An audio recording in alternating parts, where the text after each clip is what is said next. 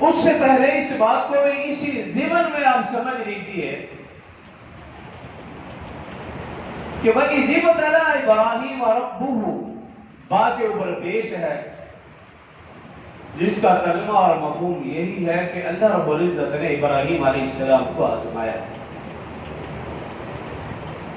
لیکن اگر خدا نہ خواستہ کوئی شخص ربہ پیش کی جگہ با کے اوپر زبر پڑتا ہے، ربہ، تو آپ ذرا غور کریں اور حیران ہوں گے کہ صرف پیش کو زبر پڑھنے سے معنی کتنا بدلا کہ نعوذ باللہ ابراہیم نے اللہ کو آزمایا۔ انسان اگر جان بوجھ کر یہ کلمات کہے تو وہ کفر تک پہنچ جاتا ہے۔ اس لیے کہا جاتا ہے کہ جب قرآن کو پڑھا جائے تو سیکھ کر اور غور سے پڑھا جائے، دھیان سے پڑھا جائے، کہیں ایسا نہ ہو کہ بے دھیانی میں نعوذ باللہ ہم کفر تک پہنچیں اور پھر تجدید ایمان بھی نہ کر سکے۔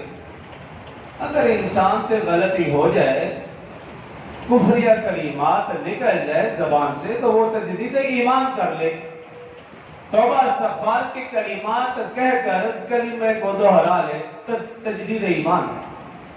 لیکن اگر انسان کو پتہ ہی نہیں چلا کہ مجھ سے کفر ہوا، کفریہ کلمات نکلے ہیں، تو پھر وہ تجدید ایمان کیسے کرے گا؟ اس لیے قرآن پاک کو سمجھ کر، سیکھ کر اور دھیان اور غور سے پڑھا جائے۔ اسی طرح ایک آیت مبارکہ مشہور الا بذکر اللہ تطمئن القلوب، کہ آگاہ رہو، الا بذکر اللہ، اللہ کے ذکر سے تطمئن القلوب، دلوں کو اطمینان ملتا ہے۔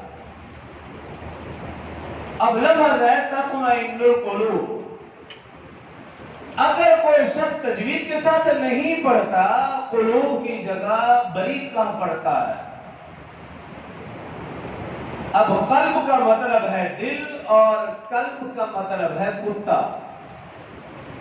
اگر خدا نہ خواستہ کوئی شخص بے دھیانے میں پڑھ دیتا الا بذکر اللہ تطمئن القلوب، بریک کاف کے ساتھ پڑھتا ہے، تو اس کا ترجمے کے اوپر آپ غور کیجئے کہ نعوذ باللہ ترجمہ یوں ہوگا، اللہ کے ذکر کے ساتھ نعوذ باللہ یوں ہوگا کہ کتوں کو آباد کرو۔ تو اس لیے کہا جاتا ہے کہ قرآن کو تجوید کے ساتھ پڑھنا، سیکھنا، یہ فرض عین کا درجہ ہے، کفایہ نہیں، فرض عین۔ اگر آپ قرآن کو تجوید کے ساتھ نہیں پڑھتے تو آپ کی نماز درست نہیں۔ لیکن یہاں تو آپ دیکھ لیجئے کہ ہمیں پہلا کلمہ بھی تجوید کے ساتھ پڑھنا نہیں آتا، اکثر لوگ پہلے کلمے میں ہی غلط